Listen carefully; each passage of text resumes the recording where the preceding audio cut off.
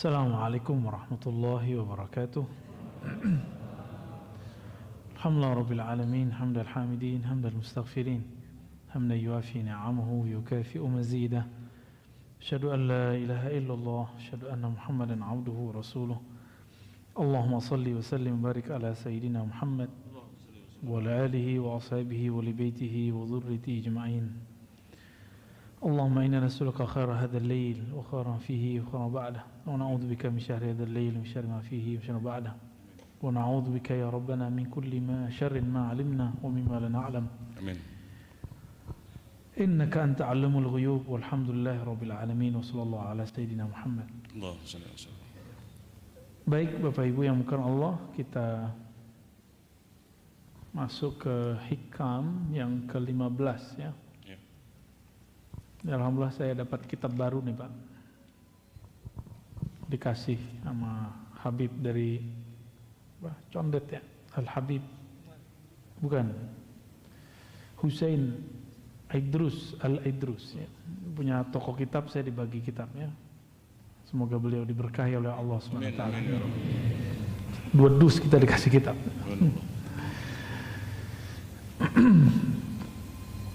Kita masuk ke hikmah 15, bunyinya mimma yadulluka ala wujudi qahri subhanahu an hajabaka anhu bima laysa biwujudin ma'.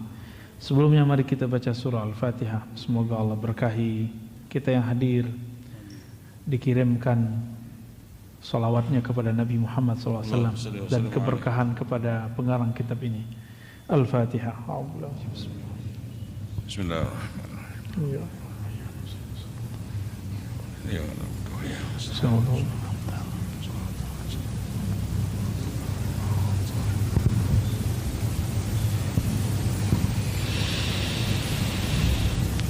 Mimma yadulluka ala wujudi qahri,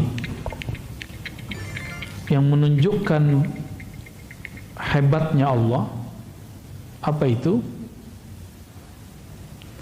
Ia membuat atau dia menghalangimu atau dia menciptakan tabir antara engkau dan dia, bima laysa bimawjudin ma', sedangkan hijab itu sendiri tidak ada pada dia. Hijab itu ada pada kamu, gitu maksudnya. Allah itu tidak pernah terhalang. Yang terhalang siapa? Hamba. Allah itu tidak pernah jauh. Yang merasa jauh hamba. Allah tidak pernah jauh. Yang merasa jauh hamba. Ini diingat ya. Dekatnya Allah Subhanahu wa taala kepada kita lebih dekat dari yang kita bayangkan. Maka disebutkan lebih dekat dari urat nadi. Itu ungkapan yang menunjukkan bahwa dia aqrab ilaina mimma alimna. Dia lebih dekat kepada kita daripada yang kita tahu. Maka saya sering mencontohkan, mulai dari uban, mulai dari kita punya jerawat, punya kulit, itu alisnya udah beruban Pak, nggak ngerasa kan? Nggak buat juga kan? Siapa yang buat? Dekat sekali. Nggak ada bagian di tubuh ini kecuali semua diatur oleh Allah Subhanahu wa ta'ala. Maka apapun kejadian kita sebenarnya memang sudah diatur ya. Kita tunggu saja time yang baik darinya.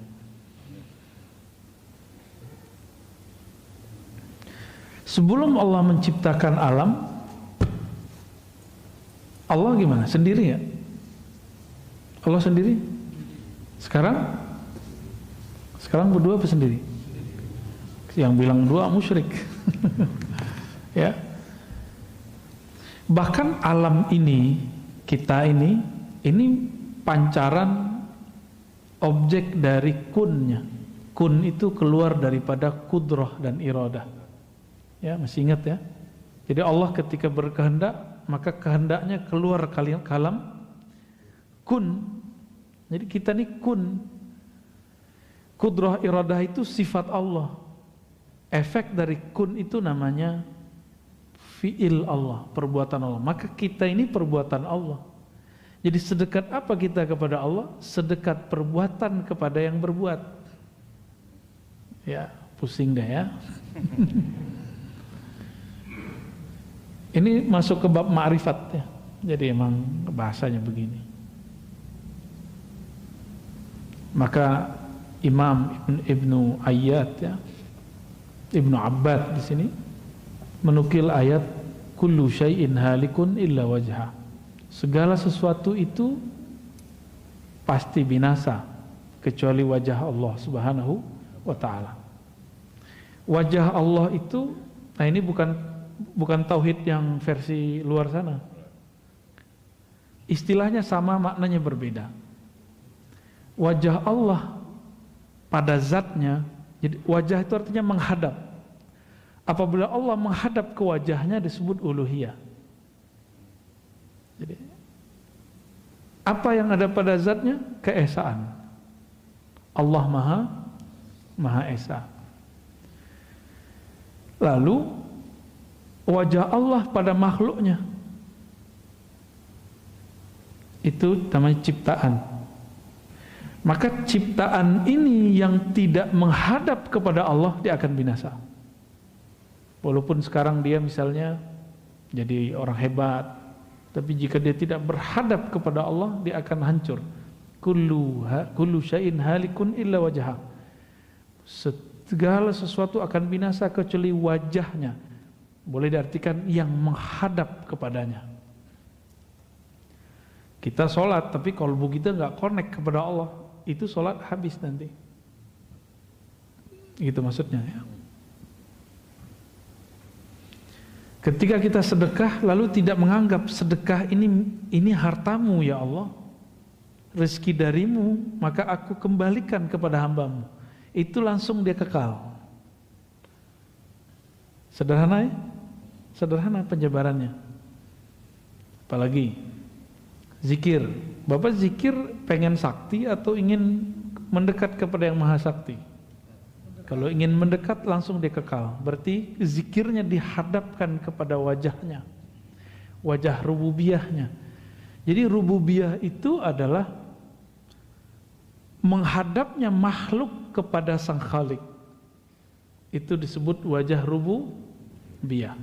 Ya, maka makhluk yang menghadapkan hatinya kepada Allah, menghadapkan ruhnya kepada Allah, Allah akan kekalkan dia dengan nikmat surga, khalidina fiha ya. Di dalam Sahih Bukhari itu, Sahih Muslim juga ada sebuah riwayat Nabi pernah bersyair dengan syair-syairnya orang-orang dahulu. Jadi Nabi ini suka bersyair. Jadi kalau orang sekarang berdendang lah. Kata beliau, asdaqu baitin qalatis syu'ara. Bait-bait syair yang bagus, yang terbaik, yang dikalamkan syu'ara, itu kalam Labid. Apa kata Labid? Ala kullu syai' ma khalallahu batil. Ketahuilah segala sesuatu selain Allah itu batil. Ketahuilah segala sesuatu selain Allah itu batil. Maka niat kita benar apa enggak? Kalau emang karena Allah, dikekalkan oleh Allah Subhanahu wa ta'ala. Ala kullu syai'in ma khalallahu batil. Ketahuilah segala sesuatu selain Allah batil. Ini diartikan oleh Imam Ibn Arabi dengan wahdatul wujud. Dan banyak ulama salah faham di situ. Karena tidak semua ulama itu mengalami pengalaman ruhani. Seperti Ibnu Taimiyah, dia mengatakan Ibn Arabi itu sesat karena mengatakan bahwa Allah bersatu dengan alam. Ya, itu keliru. Ibn Arabi nggak ngomong gitu. Ibn Arabi ngomong wujud yang hakiki cuma wujud Allah. Wujud hakiki itu wujud yang mana dia ada dengan dirinya sendiri. Kita lahir aja dilahirin, ya enggak? Allah enggak, lam yalid walam yulad. Ala kullu syai'in ma khalallahu batil.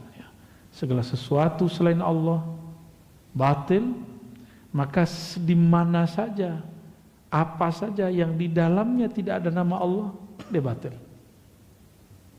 Kita ngaji begini niatnya kak karena Allah, langsung sia-sia. Batil artinya sia-sia, doi, ya, langsung sia-sia.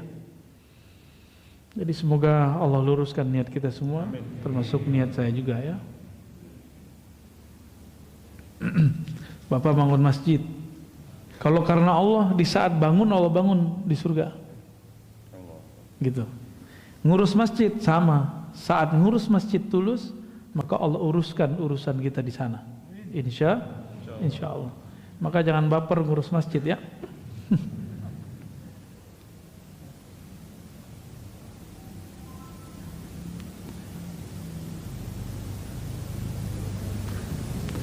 Imam Abul Hasan Syazili pernah ngomong begini, inna lananzur ilallahi bi basaril imani wal iqan.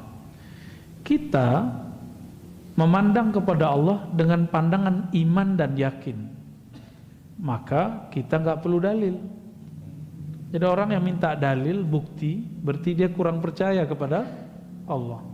Nastadillu bihi alal khalq, hal fil wujudi syai'un siwal wahidil haq, fala narahu in kana walubda fanarahum kal haba' fil hawa in fattashtahum lam tajidhum syai'a.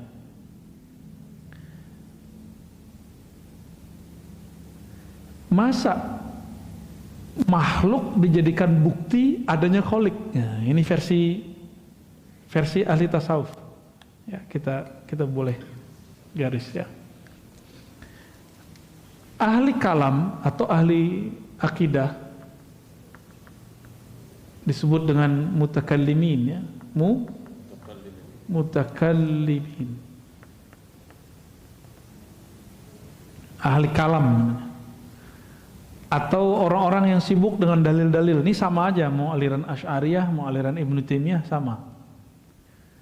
Mereka membutuhkan dalil. Dalil itu ada dalil teks, ada dalil alam atau ciptaan. Mana dalil ada Allah? Qul huwallahu ahad. Itu teks. Ayat sekian, nomor sekian. Lalu ada orang berdalil dengan ciptaan. Apa bukti ada Allah? Apa bukti ada Allah? Ada ciptaan. Ini versi mutakal. Jadi dia kemudian mengatakan karena ada ciptaan berarti ada Allah yang mencipta. Versi siapa? Oke. Kalau ahlul azwaq atau orang ihsan, ahli ihsan, nggak begitu. Allah lah dalil bahwa dirinya ada, bukan alam. Apa dalil Allah ada? Allah itu sendiri. Apa bukti madu itu enak? Cobain aja sendiri. Gitu. Nggak perlu pakai dalil gula, gitu, nggak perlu. Apa bukti bahwa air apa? Senangnya apa? Air kelapa. Air kelapa menyegarkan. Coba minum sendiri. Nggak perlu pakai misalnya perbandingan-perbandingan. Nah, orang-orang ini ahli kalam dia butuh analog. Maka dia menganalogkan di sini, buat teori-teori, disebut kias. Buat kias-kias di sini. Dan Allah memang mengajarkannya, membolehkannya. Ya, boleh kita berdalil dengan kias. Allah kan nyuruh. Gitu. Lokana fihima, apa? Seandainya di dalam pada langit dan bumi itu ada lebih dari satu Tuhan atau ada dua Tuhan, maka dia akan rusak, misalnya gitu. Nah, ini bentuk-bentuk silogisme yang Allah buat di Quran. Jadi apa bukti Allah ada? Ya Allah itu sendiri. Nggak perlu pakai. Nah, kita mau misalnya bapak-bapak ini mau ngelamar seseorang, nanya, ini orang baik nggak sih? Karena kita nggak dekat sama dia, nggak menyaksikan, kita minta tolong orang bercerita. Berarti kita cari dalil. Kalau udah ketemu orang ini gimana? Nggak perlu nanya orang lagi. Ya, benar gak? Ya.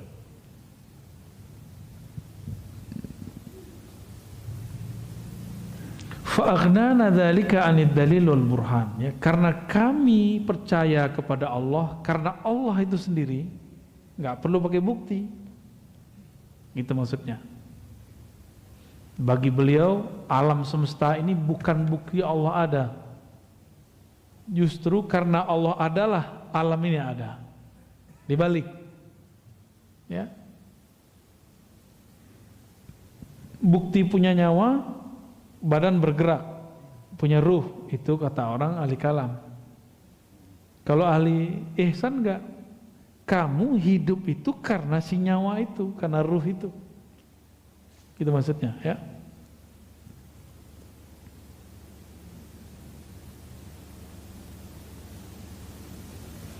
Wa qala aidan radhiyallahu ta'ala anhu, قوي عليه الشهود مرة فسألته ويستر ذلك عني فقيل لو سألته ما سأله موسى كليمه وعيسى روحه ومحمد صفيه صلى الله عليه وسلم لم يفعل لكن سأله أن يقويك فسألته فقواني. Ya. Imam Ibn Athaillah ini pernah mengalami ihsan. Apa arti ihsan? Merasa memandang Allah. Lalu dia berdoa, ya Allah, aku tidak kuat, maka tutuplah, hijablah aku dari melihat ini. Maka ada yang berkata, seandainya kamu meminta sebagaimana memintanya Musa, Isa, Nabi Muhammad SAW, maka tidak akan terjadi. Tapi mintalah supaya Allah menguatkanmu. Ya. Nah, dalam masalah kita hari ini, mungkin gak takdir itu kita sanggup menanggungnya. Takdir itu kan fiilnya Allah. Jawabannya, minta saja supaya kamu sanggup gitu. Ya.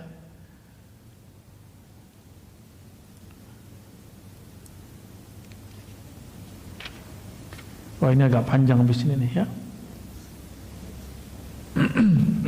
Oleh karena itu,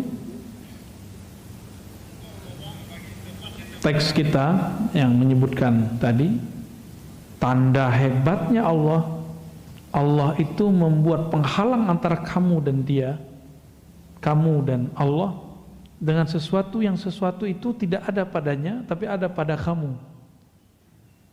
Gitu. Allah butuh matahari enggak? Enggak. Tapi yang kita lihat, ini hijab. Hijab itu bukan berarti kayak penghalang begini, ini penghijab mata. Ada penghijab hati. Karena kita melihat matahari mengeluarkan cahaya.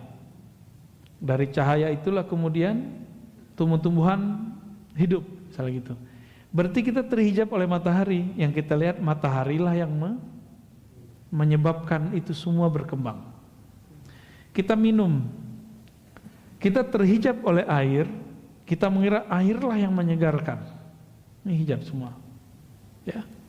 Jadi dalam bab ilmu ihsan dibalik.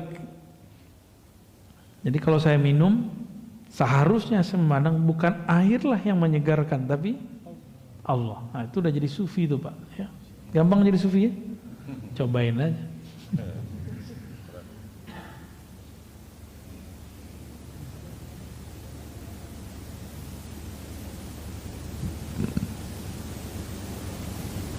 Nah, maka ada ungkapan Ibn Arabi, man syahidal khalqa la fi'la lahum faqad faz.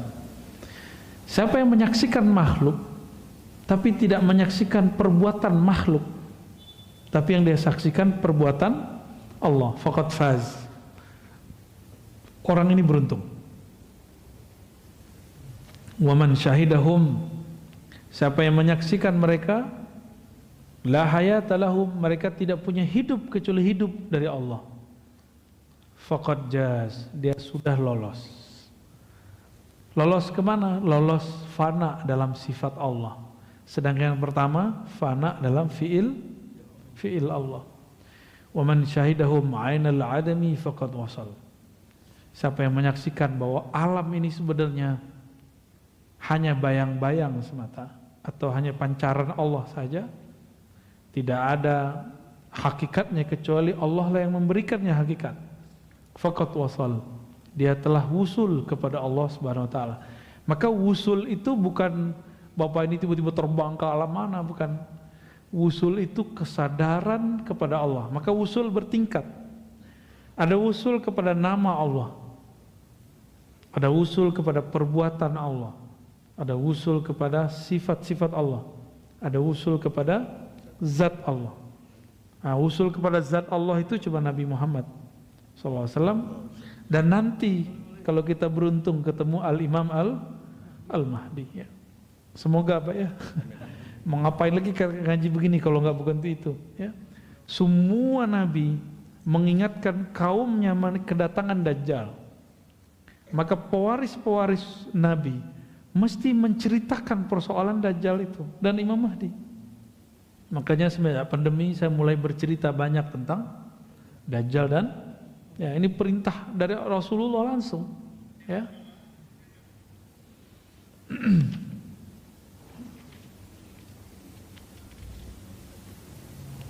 Wah, habis ini panjang Pak. Tapi intinya sama ya. Ya, intinya sama. Sampai 24. Itu kita skip aja ya. Isinya sama. Jadi jangan bayangkan Allah itu terhijab. Yang terhijab siapa? Kita. Karena cara pandang kita. Bapak kalau masih menganggap air yang menyegarkan masih terhijab. Bukan berarti kita nggak perlu minum air. Justru saat meminum air itulah pakaikan adab. Ya Allah, dengan namamu aku mau minta kesegaran. Gitu. Bukan berarti kita nggak akan minum obat. Justru kita berdoa, ya Allah, ini obat kata dokter, Rasul mau memerintahkan aku untuk berobat, maka aku berobat. Tapi aku tahu kesembuhan darimu ya Allah. Kayak gitu. Jadi bermanja-manjalah dengan Allah Subhanahu wa ta'ala. Man taraka minal jahli ya, kita lanjut. Tidaklah meninggalkan kejahilan. Syai'an sedikit pun, man arada, siapa yang berkehendak menginginkan, ayyuhditsa fil waqti ghaira ma azrahu Allah fi, agar terjadi suatu misalnya khusyuk gitu ya, atau merasakan getaran-getaran kolbu, atau pengen misalnya mi'raj gitu, tapi sebelum saatnya, pengen jadi mursyid sebelum saatnya, itu gawat itu ya. Pengen jadi mursyid nggak Pak? Pengen jadi mursyid nggak? Tahu mursyid nggak? Oh, yakin kuat. Menginginkan sesuatu sebelum saatnya itu namanya ambisi. Ya, menginginkan sesuatu yang enggak pantas kita inginkan itu namanya nafsu. Ya. Nah, ini banyak hari ini. Ya. Saya dari kecil saya belajar zikir, belajar tarekat, itu banyak yang nafsu pengen jadi mursyid. Padahal tahu dia jadi mursyid itu berat. Ketahuan itu cuma di kolbu, tapi pikirannya enggak. Nafsunya enggak. Orang-orang yang menginginkan sesuatu sebelum saatnya itu berarti dia tidak meninggalkan kejahilan. Misalnya gini, orang yang ingin memetik pisang sebelum matang rasanya enak enggak? Kira-kira begitu. Orang yang ingin menjual pisangnya sebelum matang sama dengan orang yang belum pantas menjadi guru terus jadi guru. Guru di atasnya mursyid. Belum saatnya dia jadi mursyid, dia mengklaim dirinya jadi mursyid misalnya. Maka nanti buah yang dia berikan kepada murid-muridnya itu rasanya sepet pasti. Ya. Ini yang ngomong bukan saya teringat kalam Sidi Abdullah Qumari yang kemudian dijelaskan ulang oleh Syekh Zakaria Al-Halabi ya. Kawan dari guru saya Kiai Ahmad Marwazi. Dan perlu diketahui, jadi mursyid gak jadi mursyid bukan masalah umur. tapi masalah pengalaman rohani. Ya. Mau lama tapi pengalamannya dikit dan tidak ada kedewasaan rohani. Ini kan ciri-ciri orang bukan nggak dewasa. Ciri-ciri orang tidak dewasa, childish secara rohani. Jadi dia badannya tua, tapi rohaninya masih bocah, masih anak-anak. Dia menginginkanmu istijabah doa sebelum saatnya. Ingin mendapatkan getaran zikir sebelum saatnya. Ya. Ingin memiliki sesuatu sebelum saatnya. Coba lihat anak-anak meminta yang belum umurnya, pernah nggak? Dulu pernah anak-anak nggak? Pernah nggak minta ke orang tua sesuatu yang bukan umuran kita? Hah? Beneran? Antum waktu kecil ingat nggak? Minta sesuatu itu bukan umuran kita seharusnya. Takut galak orang tuanya. Kalau saya sering dulu minta sesuatu yang sebenarnya itu belum umur saya minta. Nah, tapi dikasih tahu ini belum, ini tuh orang gede, kita paham. Anak kecil ini kan ada tipe yang bisa dibilangin, ada yang nggak bisa dibilangin ya.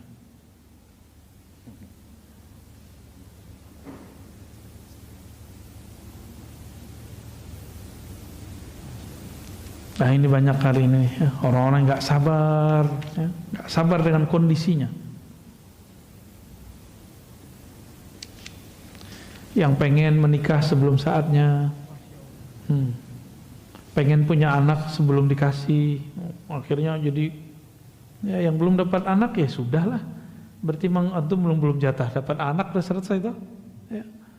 Sederhana sekali. Hikmah yang ke-18. Berapa di situ? 25. Di kitab saya 18 ya. Yang panjang tadi digabung. Ihalatukal a'mala ala wujudil faragh min ru'unatin nafs. Ya. 26 di situ ya. Ciri-ciri orang, kalau bahasa Jawanya apa? Goblok. Kalau bahasa sini apa? Bodoh. Jahil. Ya, PA. Wah, itu bahasa ente tuh. Cum. Ihalatukal a'mal ala wujudil faragh min ru'unatin nafs. Engkau menunda-nunda satu amal padahal ada waktu yang luang. Itu ciri-ciri ru'unat an-nafs. Kekacauan, kebodohan. Kalau bahasa kasar itu kegoblokan. Ya, an-nafs, jiwa. Tanda, kalau bahasa saya, ini tanda jiwamu labil gitu. Waktu kosong malah dia biarkan. Nanti ketika sibuk berandai-andai. Coba kalau luang, dikasihlah luang WFH. Bener? Tapi sama aja.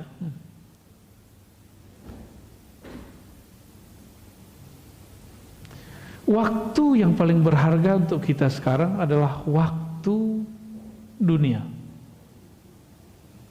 Ini Bapak nafas nih sekarang, ini waktu paling bahagia, paling berharga, qimah, ya, qimah aliyah. Kenapa kita sebut begitu? Karena ketika orang nanti masuk kubur, dia nggak sadar tahu-tahu dia dikubur. Nggak sadar tahu-tahu masuk kubur. Biasanya kan main handphone sambil nonton, pas bangun TV-nya kok nggak ada. Nyari-nyari TV, nyari-nyari YouTube. Ketika itu terjadi, dia masih panik. Tergantung kepanikannya seperti apa. Makanya biasakan bangun tidur tuh langsung nyebut nama Allah. Gimana caranya? Sebelum tidur sebut nama Allah. Maka setelah tidur kita akan menyebut nama Allah. Ya. Kalau dosa semua kita kan dosa. Nggak usah pikirkan itu ya. Kembali saja kepada Allah Subhanahu wa Ta'ala. Di saat masuk ke alam kubur itu, di situ dia sadar, ya Allah, farji'na na'mal sholihan. Barang sebentar saja tolong kembalikan aku. Berarti waktu yang ada sekarang ini yang disebut berharga faragh.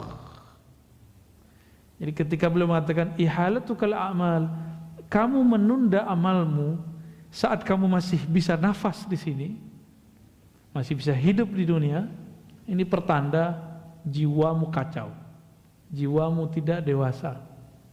Jadi nggak ada cerita lagi ya, malam nanti sudah harus witir minimal ya, tahajud lah kalau bisa. Kalau ketinggalan kodok, nggak ada cerita lagi, harus mulai kemudian beramal yang banyak. Dan amal yang paling bagus amal kolbu. Amal kolbu ada dua, ngaji dan membuang sesuatu yang buruk dari kolbu. Dua aja amal kolbu. Ini amal paling mahal, ya, yang membuat kita bisa bahagia di dunia kalau kita mentalak dunia. Jadi dunia itu baru bahagia kita kalau kita mentalak. Mentalaknya di kolbu, bukan di fisik, Pak. Kita masih makan minum masih bagian dunia, ya.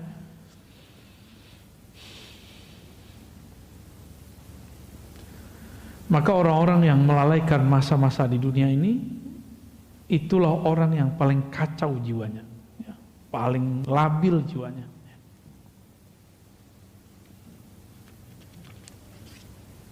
Nah, masih dapatlah satu lagi ya.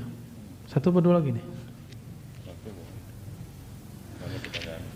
La tatlub minhu ay yukhrijaka min halatin liyasta'milaka fi ma siwa. Falau aradaka lista'malaka min ghairi ikhraj. Ini orang ngeluh, ya Allah, kapan saya khusyuk? Pernah gitu enggak? Ya Allah, kapan? Banyak kan kapannya? Benar? Nah, apa jawaban Ibnu Thailah? Nih, kamu pahami. La tatlub minhu. Jangan kamu minta darinya kapan dia akan memindahkanmu dari satu hal ke hal yang lain. Karena jika dia mau, belum kamu mau, kau sudah pindah. Gitu. Itu maksudnya. Sebelum engkau mau, Allah akan pindahkan dirimu. Falau aradaka lasta'malaka min ikhraj, tanpa perlu kemudian terjadi ujian-ujian berat. Ya. Wali-wali Allah ini kan misterius. Ada orang jadi wali karena dia cuma mengasih makanan anjing. Ada yang jadi wali karena dia cuma minggirin batu atau duri dari jalan. Ternyata wali itu sederhana. Orang yang mengambil sifat-sifat Allah lalu dia kemudian tancapkan dalam dirinya. Allah itu punya sifat rahmah, penyayang, benar. Maka dia menyayangi makhluk. Ini jalur pintas jadi wali Allah. Mau jadi wali Allah? Ya maulah kita ya. Dengan menyayangi semua makhluk, ya.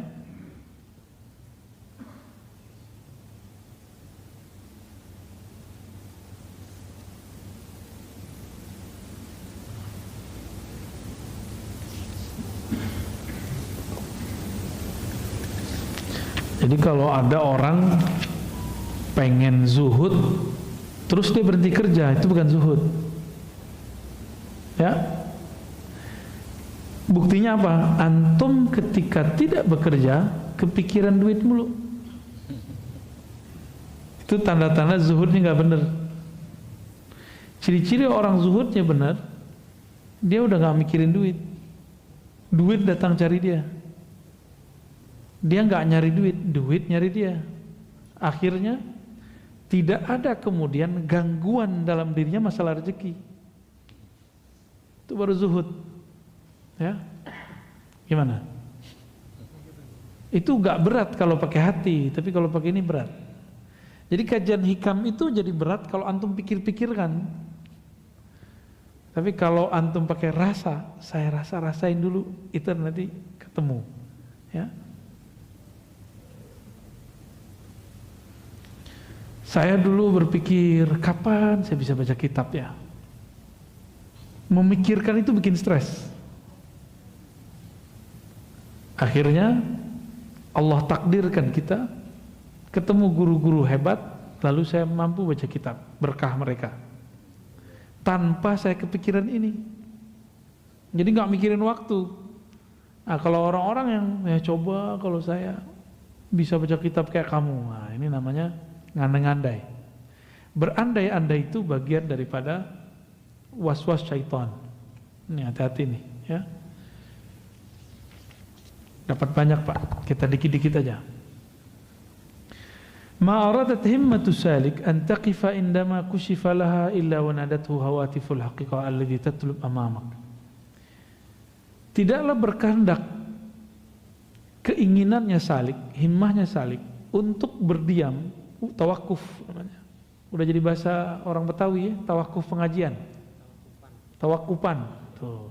Ente habis tawakupan ya. Tidaklah seorang salik berkehendak untuk diam tawakuf ketika mengalami suatu kasyaf. Dia puas dengan pengalaman ruhaninya itu, melainkan nanti akan ada sir berkata, yang kamu cari masih jauh di depan, bukan itu yang kau cari gitu. Jadi kalau orang mengalami khusyuk bisa nangis, belum Pak, masih ada lagi di atasnya. Bapak ngerasa sholat nih kayak di hadapan Allah, belum, masih ada lagi makom di atasnya. Apalagi apa yang antum paling ingat-ingat ketika sholat paling enak, bahagia, masih ada lagi di atasnya, ya, gitu maksudnya. Jadi yang kamu cari itu bukan bahagia, tapi sumber bahagia. Yang diperlukan Allah itu dari kamu, bukan Allah nggak memerlukan apa-apa juga ya. Yang Allah kemudian mau ambil dari kamu itu bukan khusyuknya, tapi usaha untuk memperoleh khusyuknya, itu yang Allah ambil ntar. Ya, emang khusyuk gampang ya? Gampang Pak? Enggak susah. Gampang enggak susah sama Pak. Apa maknanya di sini? Dunia kerohanian ini akan selalu ada guidance dari Allah. Ini gurunya kan enggak ngomong nih, tapi di hatinya dia bicara. Hatinya yang bicara. Ini yang disebutkan dalam hadis istafti qalbak. Mintalah fatwa ke dalam kolbumu, ini beliau mengajarkan itu ya. Dalam kitab Khatmul Aulia disebut dengan muhadatsah khidriyah, dialog khidriyah, itu maknanya ya.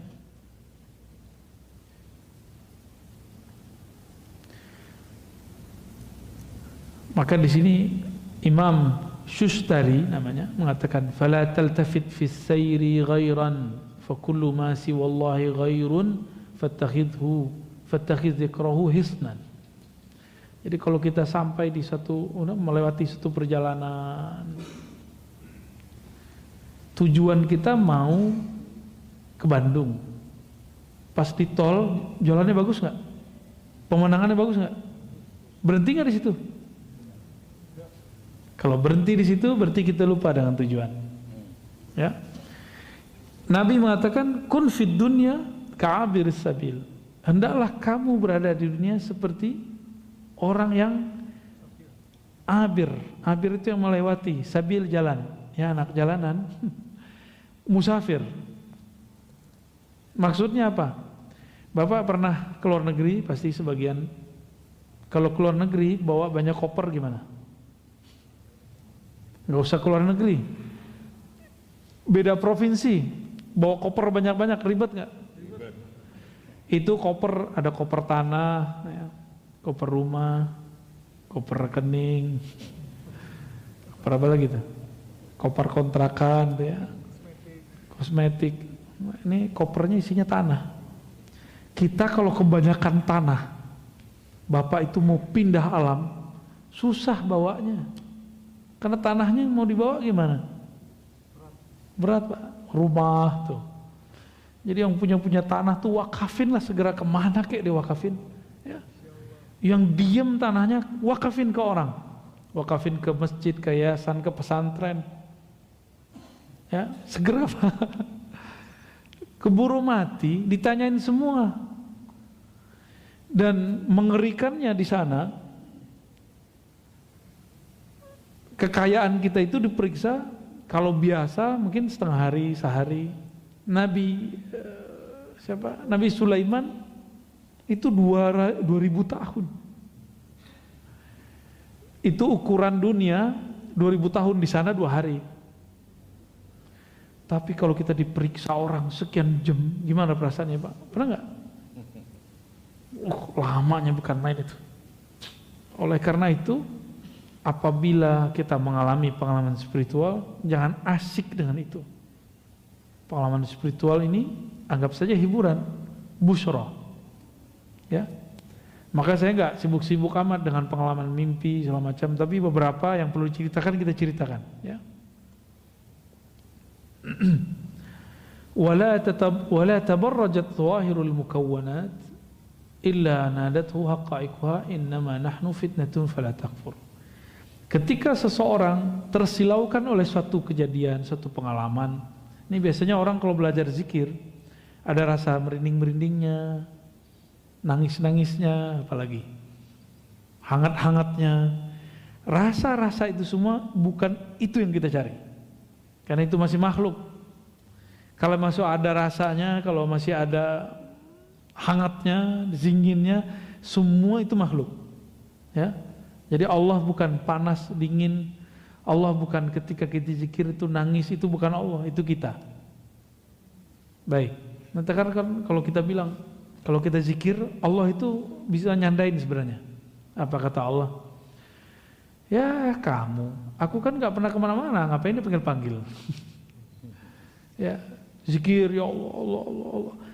Allah ngomong, aku bersamamu dimanapun engkau berada.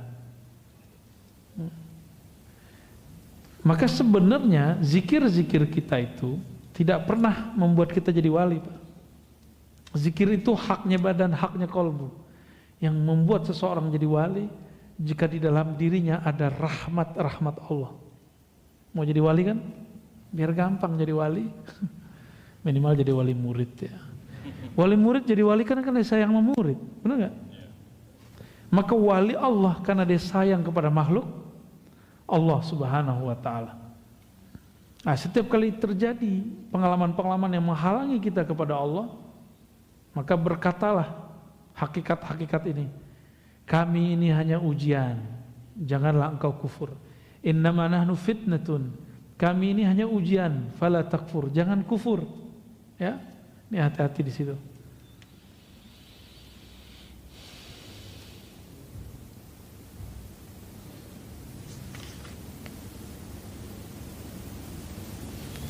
Ya, orang ketika dia belajar ilmu kerohanian, di kolbunya belum dibersihkan, Pak. Misalnya perasaan pinter. Nah, hati-hati ya. Perasaan merasa suci. Terus antum belajar zikir, ini belum dibenerin. Nanti zikirnya nambah, merasa sok sucinya nambah. Bahaya nggak tuh? Kita belum sembuh dari penyakit sombong. Tambah ilmu, tambah sombong nggak? Tambah sombong. Ya, nah, ini hati-hati di sini.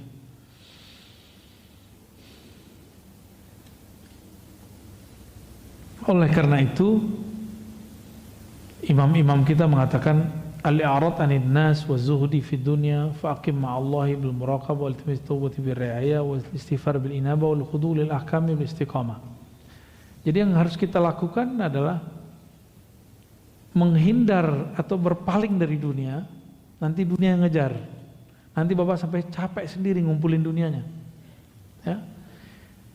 Dunianya ustadz apa? Ceramah ya. Nanti diubur-ubur orang terus, Pak, ntar. Ya. Jadwal, ketika kita sudah bosan dengan semua jadwal, tambah banyak yang minta. Ya. Emang begitu.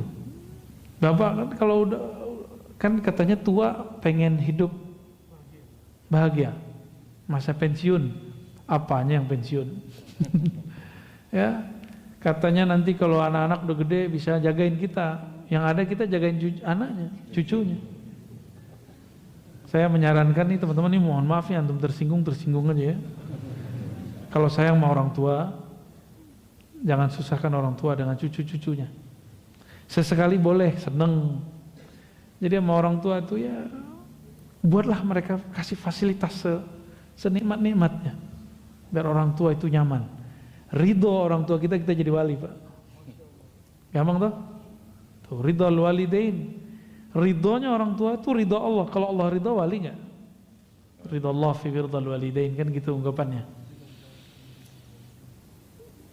Uwais Al-Qarni jadi wali kenapa? Karena dia banyak wirid? Karena dia berkali-kali umroh? Enggak. Kenapa ini nggak diekspos?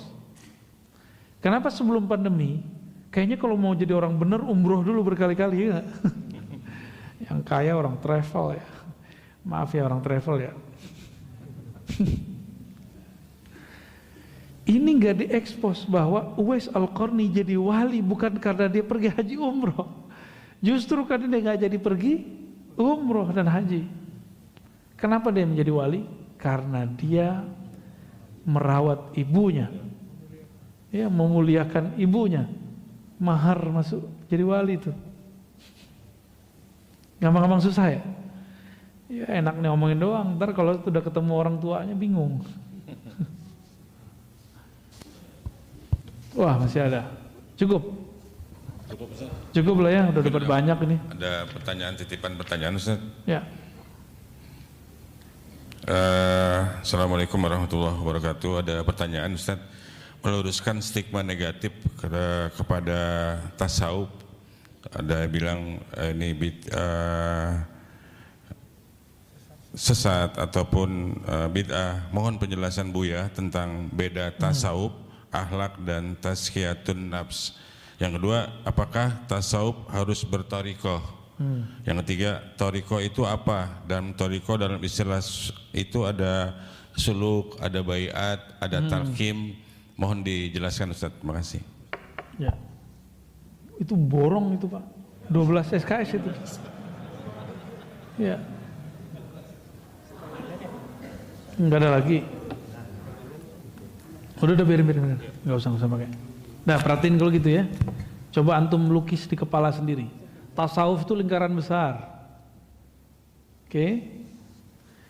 Tasawuf itu intinya ihsan.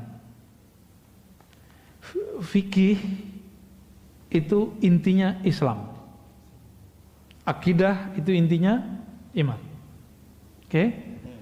Tasawuf yang besar itu untuk mendapatkan ihsan, beribadah seakan memandang Allah, merasakan kedekatan Allah, apa yang harus dilakukan? Maka ada namanya proses tazkiyah. Ya. Proses apa namanya? Tazkiyah. Proses tazkiyah ini ada kurikulumnya. Kurikulumnya disebut metode. Metode itu bahasa Arabnya thariqah. Ya, jalan, metode. Maka di situ kalau pertanyaannya apa beda tasawuf dan akhlak? Kalau sudah dibenerin tazkiyahnya ini, jiwanya, maka akhlaknya akan menjadi bagus. Jadi akhlak itu buah dari tazkiyatun nafs yang ada dalam tasawuf. Lucunya ada orang mengharamkan tasawuf tapi membuat kajian kitab tazkiyatun nafs. Benar ya? Tazkiyatun nafs itu satu bab dalam tasawuf. Gitu ya. Tazkiyatun nafs satu chapter dalam bab tasawuf. Kitab tasawuf nih, ini kitab tasawuf. Satu babnya tentang tazkiyatun nafs. Karena ada namanya jiwa amarah bisu, jiwa mulhamah, ya. Jiwa ya lawamah, mulhamah, kemudian mutmainnah. Kalau dia dibersihkan tazkiyah, maka dia akan naik ke makom atasnya, naik ujungnya nanti mutmainnah. Kalau mutmainnah tinggal naik doang. Itulah disebut mi'raj. Jadi isra'nya jiwa dari ammarah bisu kepada mutmainnah. Mi'rajnya jiwa dari mutmainnah ke radiyah, mardiyah ke kamilah, ya. Itu kalau dikaitkan dengan Isra dan Mi'raj. Sudah bisa bedain? Tasawuf itu rumah besar, Tujuannya agar mendasarkan kedekatan kepada Allah, yaitu ihsan. Di dalamnya ada satu bab namanya tazkiyatun nafs. Tazkiyatun nafs itu mempunyai metodenya lahirlah dalam thariqah. Ya, maka wajibkah berthariqah? Ma la yutimmul wajib bihi illa bih fahuwa wajib. Ya. Apabila sesuatu nggak dicapai kecuali dengannya, maka dia jadi wajib. Gitu. Jadi misalnya nih, supaya saya seger, saya harus minum, maka minumnya jadi wajib. Supaya pintar harus sekolah, maka sekolah jadi wajib. Di zaman Nabi ada sekolah nggak? Ada nyantri nggak? Ada rumah tahfiz nggak? Ada. Tapi supaya orang hafal Quran, maka perlu dibuka madrasah, ma'had, rumah tahfiz. Gitu. Ini lucunya orang yang mengharam-haramkan tasawuf. Dia buat bid'ah sendiri. Dia buat metode ini, metode itu, daurah ini, daurah itu, rumah tahfiz ini dan itu. Itu kan metode menghafal cepat, metode hafal begini. Kenapa dalam menghafal boleh ada metode, tapi dalam tazkiyah nggak boleh beda metode? Nabi beda sahabat, beda cara loh. Ada sahabat pelit, nanya, wahai Rasulullah, amal terbaik apa? Nabi jawab, engkau ngasih makan anak yatim, engkau ngasih makan orang susah. Ada sahabat yang kismin. Tahu kismin nggak? Nanya, wahai Rasulullah, amal terafdol apa? Nabi bilang, iman di kolbu. Ada orang nanya, orangnya pemarah. Nabi bilang, la taqdab falakal jannah. Kamu sabar aja, masuk surga. Kayak gitu Pak modelnya. Jadi Nabi itu beda sahabat, beda metodologis. Tarekat yang stagnan akan hancur dimakan zaman.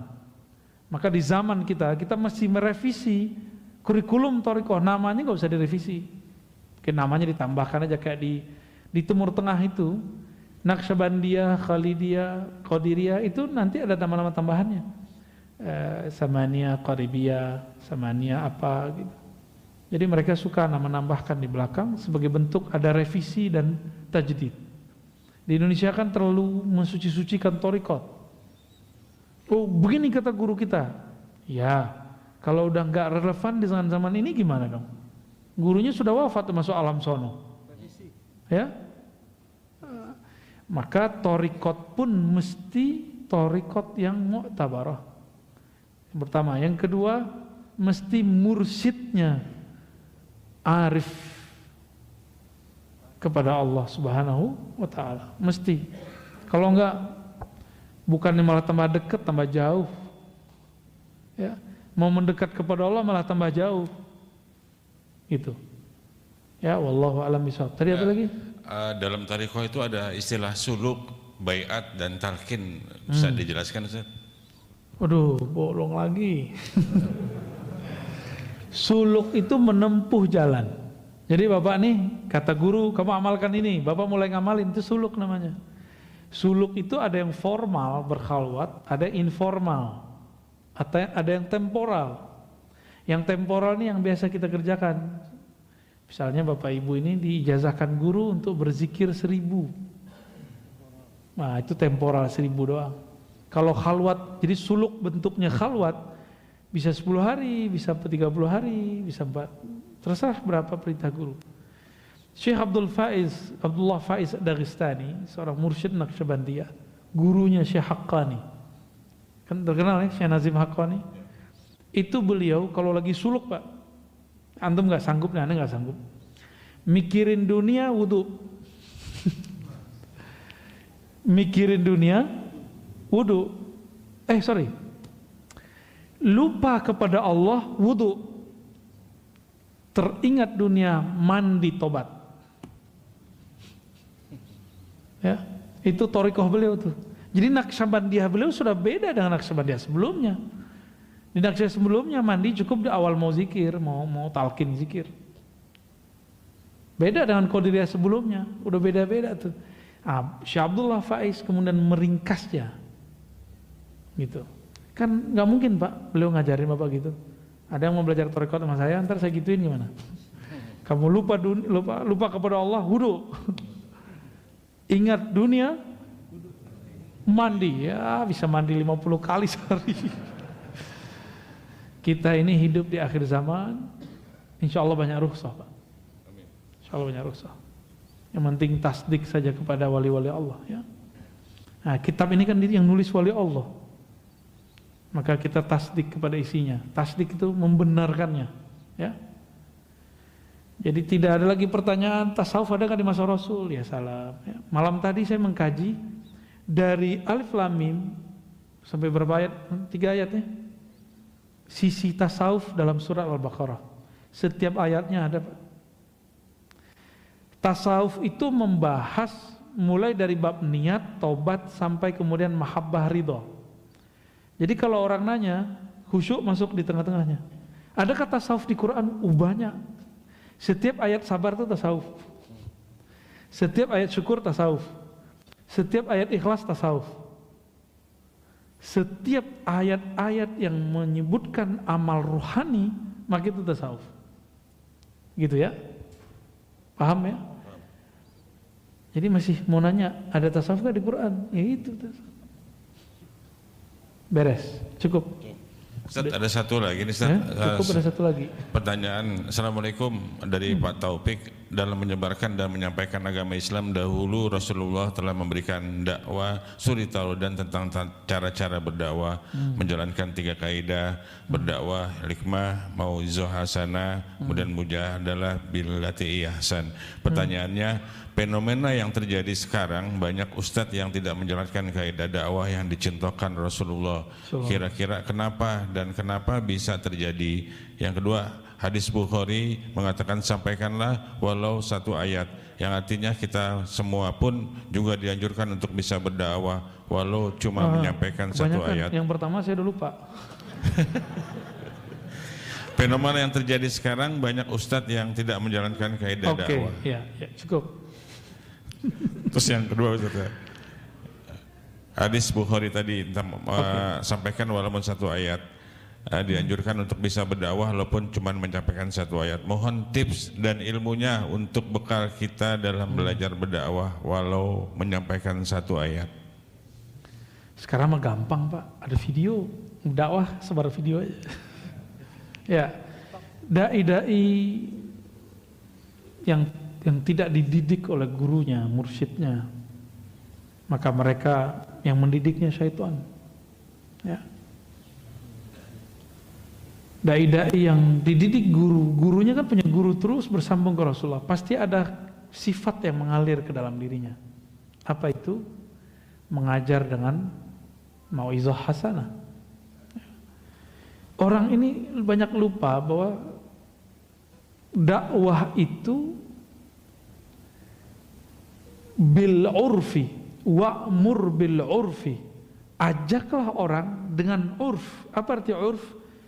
Sesuatu kebaikan yang sama-sama dipahami oleh dia, itu disebut dengan urf. Itu dia. Maka jika ada orang berdakwah dengan sesuatu yang objek dakwahnya nggak ngerti, maka dia bukan berdakwah dengan benar. Adapun kemudian yang disebut dengan wajadilhum billati hiya ahsan, itu ke ahli kitab, apalagi sesama muslim. Ini kan sesama muslim aja saling membid'ahkan, ya termasuk aneh. Enggak, kita udah kurang kok, jauh. Saya semenjak pandemi udah jarang banget kok, kecuali dipancing-pancing dikit ya. Karena masih ada energi hot di dalamnya. Naik lagi, kadang sih ya, kadang. Jika di kolbu itu isinya rahmat Allah, maka yang keluar pasti kasih sayang. Tapi jika di kolbunya ada kebencian, berarti selain Allah, maka dakwahnya isinya kebencian. Orang-orang yang ingin mengajak kepada Allah harus tahu dulu jalan kepada Allah, harus mengenal dulu jalan kepada Allah. Bapak mau ngajak saya ke Nikmah, Japos, nggak punya GPS, nggak pernah kesini, ketemu nggak ntar? Ya, orang mau mengajak kenal Allah, tapi dia tidak mau menyelami nama dan sifat-sifat Allah, ya salam. Ya, nah ini perlu kita garis bawahi bahwa mudah kok jadi dai yang kolbunya bening itu. Warisi saja sifat Rasulullah sallallahu alaihi wasallam. Yang kedua tadi apa? Satu Balighu anni walau ayat. Ini hadis sahih, pemahaman orang banyak enggak sahih. Dimanfaatkanlah oleh kawan-kawan kita yang berdakwah sebelum matang. Balighu anni walau ayat bukan berarti ceramah. Ya? Enggak mesti ceramah kok kalau dakwah. Emang Nabi maksudnya dakwah di ceramah di situ? Enggak kan? Kalau untuk ceramah, ngajar kitab, mesti punya kemampuan-kemampuan tambahan. Tapi kalau cuma mau menegur kawan, teman, ya pakai satu ayat boleh, satu dalil boleh. Tapi Bapak duduk di tempat saya ini, terus nanya macam-macam, nggak tahu dalil gimana? Kejadianlah seperti di Bandung, ada ustadz siapa namanya? Ditanya perihal yasinan, nggak bisa jawab, langsung bilang bid'ah aja. Ya. Yang paling lucu dari tahun 80-an, 90-an ini rame mengenai doa anak sampai ke orang tua, selain anak nggak nyampe. Sering dengar nggak dulu? Iya. Itu kan kacau itu. Itu orang ingin menyampaikan satu ayat, itu doang yang dihafal, tapi salah paham karena hanya mengenal satu ayat. Jadi tolong dibedakan ad-da'wah ghair al-fatwa. Fatwa, dakwah itu beda. Jadi kalau antum ini bukan ahli fatwa, nggak pernah belajar fikih, usul fikih, hadis dengan mendalam, cukup berdakwah dengan pengertian memberi motivasi. Jangan bermain di wilayah hukum. Ini baru hijrah 3 bulan lalu, sudah berani membid'ahkan ustadz yang sudah puluhan tahun bersama kitab-kitab yang gundul itu. Aneh Pak sekarang, betul-betul aneh. Baru hijrah kemarin, nggak pernah nyantri, kiai-kiai dibantah. Kalau saya yang dibantah wajar, kan saya anak filsafat katanya. Dia mau cari-cari kesalahan, tapi ya Allah ya. Saya filsafat 4 tahun, 4,5. Tapi saya ngaji hadis 15 tahun. Banyakan mana? Kalau dia ngaji hadas kali ya.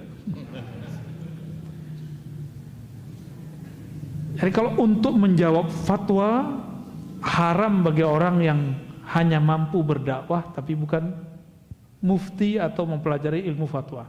Kalau saya nggak fatwa, saya cuma nukil fatwa. Ya, siapa Ar-Razi bisa fatwa? Ya? Saya cuma menukil fatwa. Mana fatwa-fatwa yang kemudian luput dari banyak orang, nah kita ulang.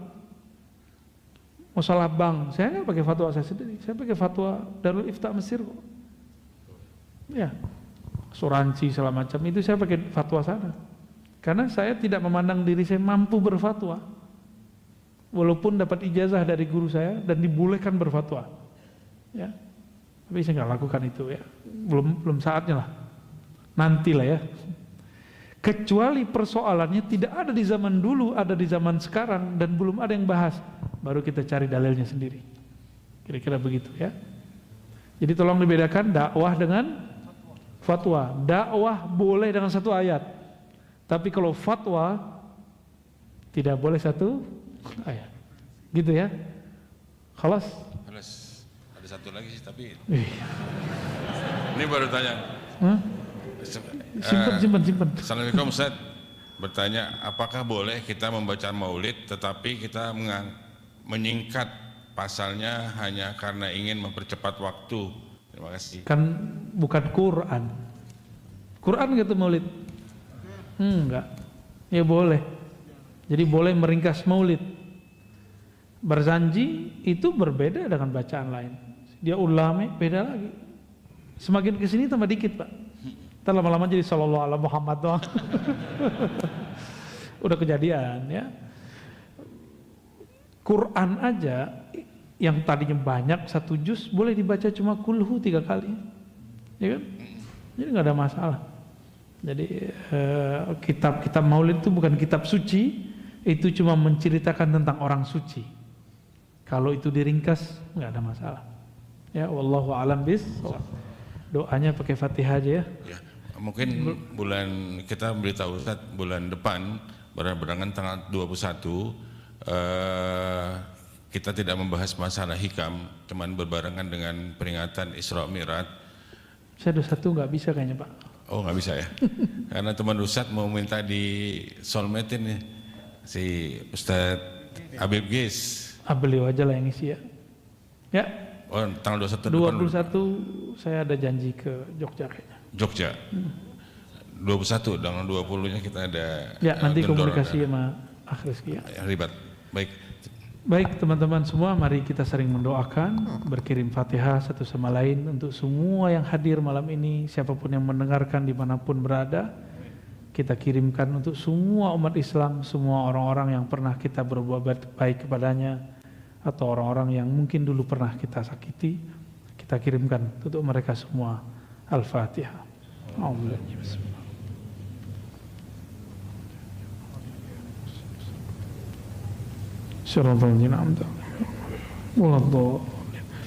Semoga bermanfaat, semoga kita diridhai oleh Allah Subhanahu wa taala. Doa kafarah majlis, subhanakallahumma wa bihamdika asyhadu an la ilaha illa anta astaghfiruka wa atubu ilaik. Mohon izin tidak salam-salaman. Saya